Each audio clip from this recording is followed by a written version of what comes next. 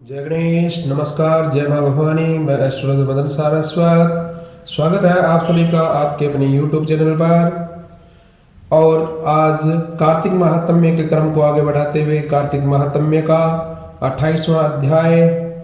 धर्मदत्त ने पूछा कि हे देवगण, जय और विजय ने अपने पूर्व जन्म में ऐसा कौन सा पुण्य किया था जिसके द्वारा उन्हें भगवान विष्णु का रूप धारण करके वह उनके द्वारपाल बनने का पुण्य प्राप्त हुआ। गणों ने कहा कि प्राचीन काल में तृणबिंदु की पुत्री देवहूति से कृदम ऋषि के द्वारा केवल देखने मात्र से ही 2 सुंदर बालकों का जन्म हुआ। उनमें से बड़े का नाम जय और छोटे का नाम अजय था। बाद में देवहूति के गर्भ से कपिल देव जी का जन्म हुआ। जय और अजय दोनों ही भगवान विष्णु के बहुत ही बड़े भक्त थे और धर्मात्मा थे। दोनों ही नित्य प्रतिदिन अष्टाक्षर और द्वादक्षर मंत्र का जप किया करते थे और भगवान विष्णु का व्रत करते थे। भगवान भी इन दोनों भाइयों पर अत्यंत प्रसन्न थे और नित्य पूजा के समय इनको दर्शन दिया करते थे। एक समय राजा के निमंत्रण पर देव ऋषि नारद गणों सहित राजा के यज्ञ में पधारे। उस यज्ञ में जय ने ब्रह्मा और अजय ने पुरोहित बनकर यज्ञ का संपूर्ण करवाया। यज्ञ की विधि पूर्वक समाप्ति हुई। मरुत राजा ने जय और अजय को बहुत सा धन दिया। वह दक्षिणा लेकर दोनों भाई अपने आश्रम में वापस आए और धन का बंटवारा करते समय दोनों भाइयों का आपस में झगड़ा हो गया। जय ने अजय से कहा कि धन के 2 बराबर भाग होने चाहिए। अजय ने कहा नहीं, जितना धन जिसको मिलता है वह उसी का होता है। तब जय ने क्रोध में भरकर अजय को श्राप दिया कि तुम धन लेकर नहीं देना चाहते हो, इसलिए तुम ग्रह हो जाओ।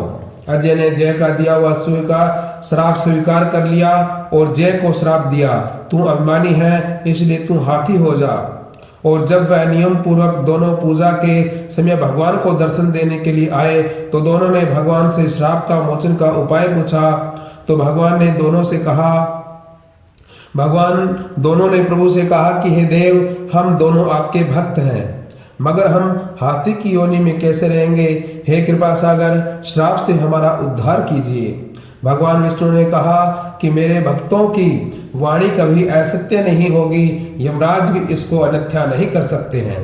पूर्व काल में मुझे भक्तराज प्रहलाद के कहने पर स्तंभ से प्रकट होना पड़ा था और राजा अम्बरीश के कहने पर 10 अवतार लेने पड़े थे।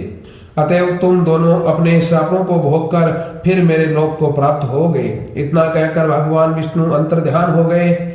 गणों ने कहा कि जब वह दोनों गंडकी नदी के किनारे मगर और हाथी हुए तो जाति स्मरण रहने के कारण इस योनि में भी भगवान विष्णु का व्रत व नियम पूजन किया करते थे। एक दिन कार्तिक की पूर्णमासी को वह हाथी स्नान के लिए गंडकी नदी के पास गया। तब पिछले जन्म का श्राप स्मरण करके मगर ने हाथी को पकड़ लिया। मगर के पकड़े हुए हाथी ने भी भगवान विष्णु का स्मरण किया। फिर क्या था, तुरंत ही शंख चक्र गदा पद्मधारी भगवान ने अपने सुदर्शन चक्र के द्वारा उन दोनों मगर और हाथी का उद्धार किया और उन दोनों को अपने जैसा रूप देकर भगवान ने उन्हें वैकुंठ धाम ले गए। उसी दिन से वह उस स्थान का नाम हरि क्षेत्र प्रसिद्ध है। चक्र के आघात से वहां के पत्थरों में भी चिन्ह बने हुए हैं। वह दोनों भी जय और अजय के नाम से भी आज तक संसार में प्रसिद्ध है। हे विप्र, आपने भगवान विष्णु के द्वारपालों के संबंध में जो प्रश्न किया है उसका विस्तृत वर्णन उत्तर मैंने दे दिया है। इसलिए हे द्विज, तुम भी ईर्ष्या और द्वेष को त्याग कर नित्य प्रतिदिन भगवान का विष्णु का व्रत किया करें और उनका स्मरण किया करें। जगत के प्रत्येक जीव को समदृष्टि से देखो। तुला, मकर और मेष की संक्रांति में नित्य प्रातः स्नान किया करो। एकादशी का व्रत किया करो। तुलसी वन की रक्षा किया करो। गो, ब्राह्मण, वैष्णवों की सेवा के लिए हर समय तैयार रहा करो। व्रत करने वाले को मसूर, कांची, बैंगन के साग का कदापि प्रयोग नहीं करना चाहिए। हे धर्मदत्त, ऐसा करने पर तुम शरीर त्याग के पश्चात हम लोगों के समान गति पाओगे। भगवान विष्णु को प्रसन्न करने वाले इस व्रत के समान फल देने वाला कोई तीर्थ, दान, यज्ञ या दूसरा कोई उपाय नहीं है। हे विप्र, तुम धन्य हो, क्योंकि तुमने विष्णु भगवान को प्रसन्न करने वाला व्रत किया है और जिसका आधा फल तुमने इस कलह को दिया है। इसके फल स्वरूप यह कलह को हम बैकुंठ धाम ले जा रहे हैं। नारद जी ने राजा पृथु से कहा, राजन, इस प्रकार धर्मदत्त को विष्णु भक्ति का उपदेश देकर कलह को साथ लेकर विष्णु भगवान के पार्षद बैकुंठ धाम को चले गए। धर्मदत्त भी उसके आदेशानुसार भगवान विष्णु के व्रत में तल्लीन हो गया और फिर जब उसका देहांत हुआ तो दोनों अपनी स्त्रियों के साथ भगवान विष्णु लोक को गया। हे राजन, जो कोई भी प्राचीन काल के इस इतिहास को सुनता है और दूसरों को सुनाता है, वह अंतपुर में विष्णु लोक को प्राप्त करता है। बोलिए विष्णु भगवान की जय हो, नारायण भगवान की जय हो। इस प्रकार से यह 28वां अध्याय संपूर्ण हुआ। आगे 29वां अध्याय की कथा।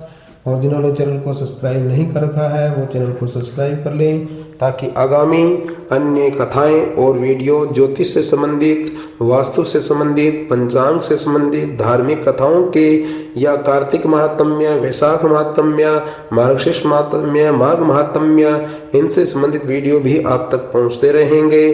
कार्तिक महात्म्य में एकादशी या अन्य एकादशियों के व्रत भी आप तक पहुंचते रहेंगे। जय मां भवानी, जय श्री राम।